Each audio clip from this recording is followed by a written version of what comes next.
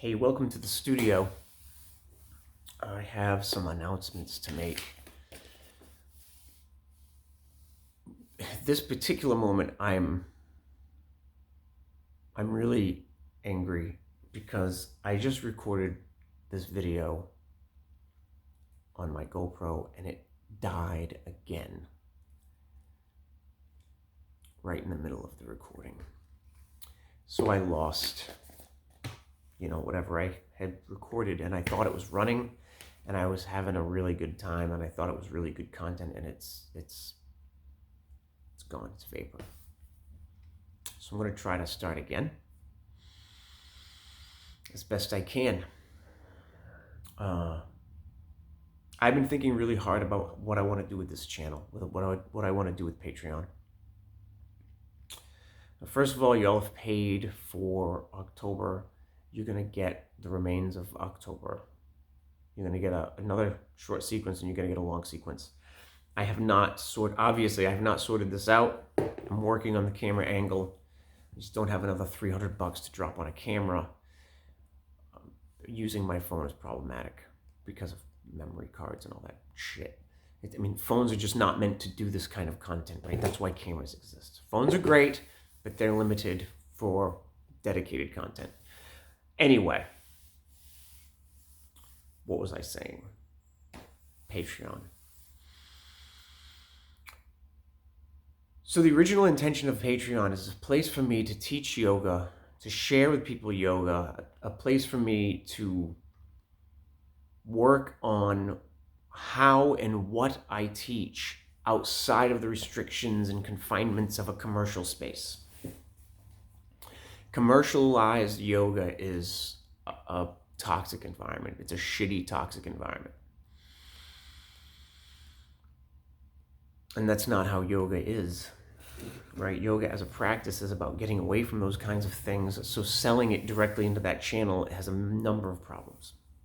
And I really struggled to put my finger directly on what it is that's bothering me, to succinctly put into words what it is and what to do about it. I've allowed this Patreon space to evolve into a very commercial-like space. And I don't like it. I don't feel good about the channel. I don't like the content that I'm creating. I'm not motivated. I'm not interested. It doesn't feel good. It's not serving its purpose. I have to change it. I have to do something different with it. And so what I'm going to do is, first of all, everybody who's a first supporter, everybody who's subscribing right now, whatever tier you're on, you're going to continue to get everything you've already gotten. So if you just stay right where you are, whatever it is you're paying, you'll have access to 42 short sequences, 29 workshops, 21 long sequences, and 18 videos on philosophy. It's like over 40 hours of yoga. It's like close to 60 hours of yoga. Honestly, you need one sequence, right? Like when we get into all of these different sequences and shit, it's to keep it interesting. Health and wellness doesn't have to be interesting. You could do one sequence for the rest of your life, and it would be as amazing as anything else. Like, you would be super healthy. There's no real advantage to doing all of these different styles of we went into this, whatever. That's part of the problem with the way yoga is sold in the West. There are other problems too. So you'll keep access. You'll keep access to everything that I've already done. But starting next month, I'm not adding anything to the tiers that exist right now. Nothing.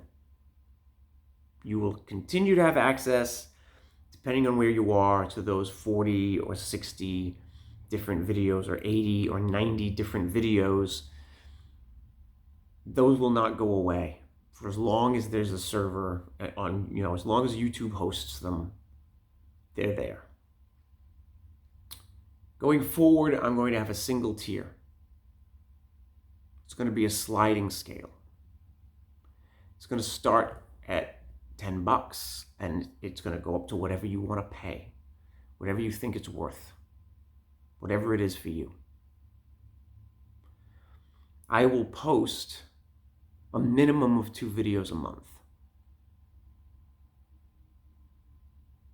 Now, if you consider comparing this at all to a commercial studio, a drop-in class is $20 for 60 minutes, okay? So the new tier will have access to everything I previously posted, everything that I previously posted.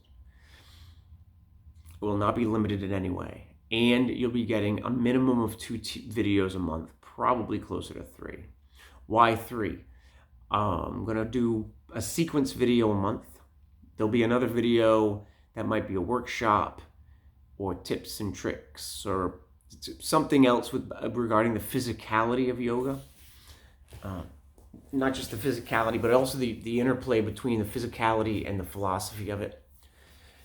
The third video a month will be something else completely of whatever I want to do, whatever I feel like sharing. It might be philosophy. It might be me being out in the woods talking about breath work. It could be anything. Why am I doing it this way?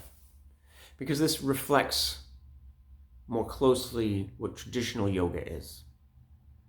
Now, I'm not always one to back tradition, right? Like tradition isn't always great. But in this situation, tradition is great. Here's why. I'm going to tell you 2 different versions of this. Maybe 3. Sometimes I'm long-winded. The original ideas, like the methodology behind teaching yoga and learning yoga and practicing yoga, how it's supposed to be done, right? And I don't care for how it's supposed to be done, right? I hate that. In this case, the way it used to be taught is superior, head and shoulders, to anything we're doing right now in the West. You show up to wherever the teacher is teaching. The teacher offers something. It might be, you might sit there and talk the whole time. You might do asana. You might go for a walk in the woods. You might help do dishes. Like the students show up and they partake of whatever the teacher is offering. It is the student's responsibility to find their lesson, to find their practice. In the West, we have changed it so that the yoga teacher tells the student what to look for. We give them expectations. We give you expectations. Now, before anybody steps back and says, this sounds like bullshit, think of a tradition. Think of a yoga sequence today. Let's say I teach a 30-minute sequence and I have 4 different people in the class. One person's back hurts from standing up all day. One person's hips hurt from sitting down all day. One person's a runner and their whole body is sore, but overall they feel pretty good. One person has never done yoga fucking ever. 4 completely different students. It is not possible for me to teach them all the same lesson. It's not possible. Even if I teach exactly the same content, if I say one series of words and I tell all 4 of these people to go and I cue them through a single sun A, even though what I'm saying is even what I say, even though what I'm saying is the same for each person, it's not received the same way. Do you understand what I'm saying? Every person receives the lesson differently anyway. Because that's how learning happens. You have 30 kids in a class and you're trying to do a lab on biology. Whatever you say, every kid is taking that information in differently. Same thing for adults in a yoga class. The difference is in Western style, commoditized yoga. If I tell everybody we're working on hips today, somebody else doesn't want to work on hips, they don't show up to the class. That's it. That's the difference. The difference is people say, I don't want that, or I do want that. And that's the wrong way to practice yoga, right? You lean into the things you don't like, because that's where you find the lessons. Because the lessons are not how do you move your hips. The lessons are how you feel about moving your hips, right? We've talked about philosophy a whole bunch.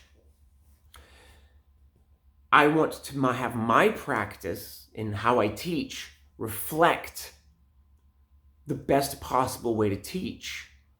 And it's not for me to always tell people what to look for.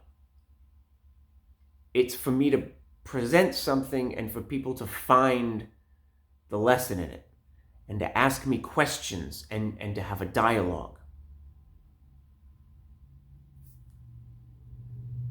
The fact is, that idea that there is a set of circumstances that is shared between 3, 4, 5, 10 people, and each person has a different experience, that's not just a class in a yoga studio.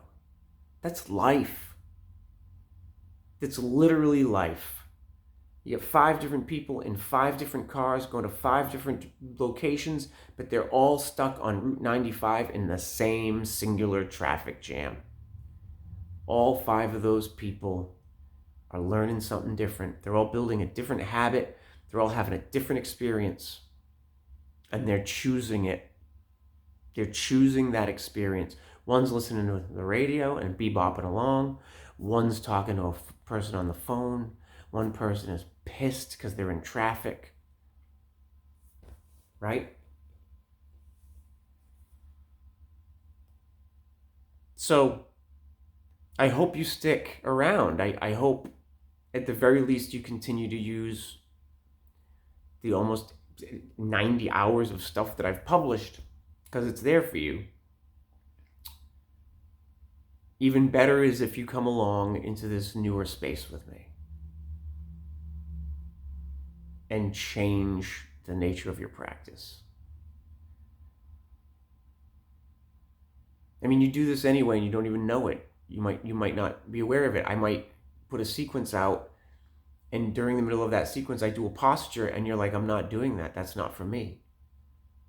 That's literally what I'm talking about. You've just changed the lesson right there for you. You've taken what I'm teaching, and you've picked up the parts you want, and you've not picked up the parts you don't want. That's how we do it, right? Like, that's how you learn things.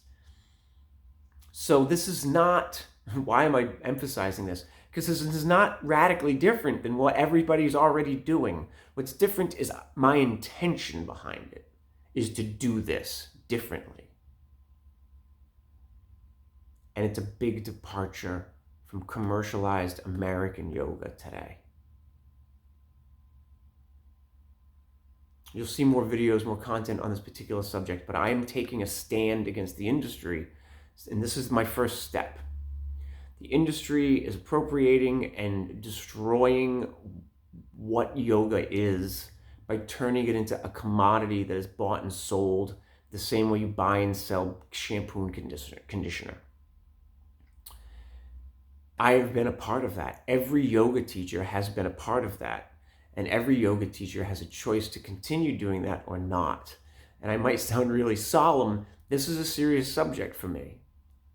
I'm completely changing how I'm interacting with, how I'm reaching out into the world with everybody. All of my classes, everything I do is changing around this idea. I'm challenging a multi-billion-dollar industry that is very well established in the United States. Celebrity yoga teachers sponsored by Dunkin' Donuts with yoga systems named after them. It's all complete trash. But I truly, truly believe the people we look to today, when we look at the past, and we say, oh my God, so-and-so stood up against so much, They stood up in the crowd and said no, and they started doing it differently. And now we consider them an expert, right? Everybody we look to who's an expert from the past, they were all rebels. They were all pioneers. They were all misfits. They were all outcasts. So it's a little bit solemn. It's a little bit serious. I'm taking a big step. I have plans to challenge the industry, not just this way. I have letters to write, videos to make. And it could, well, it's going to significantly impact what happens with my career. Isn't it? It's going to change everything about my career. But that's the point. I don't want to be part of the problem anymore, and I'm not going to be part of the problem anymore. I'm not going to sell prepackaged commodity consumption yoga, because that's exactly what yoga is not. So, I hope you'll come with me. I hope at the very least you stay and use the content that I've already created and made available. But even better, you come along with me. The new tier will have some radically different content in it. And the other stuff, all the old content will be available on the new tier. Yeah. I feel great about this. I've been really, really mulling it over for a week, every day, thinking very deeply about this, writing and reading all my own journal entries, and I'm happy with this decision. This is the right thing to do. I feel really great, excited even. So that's what I got. Thanks for listening.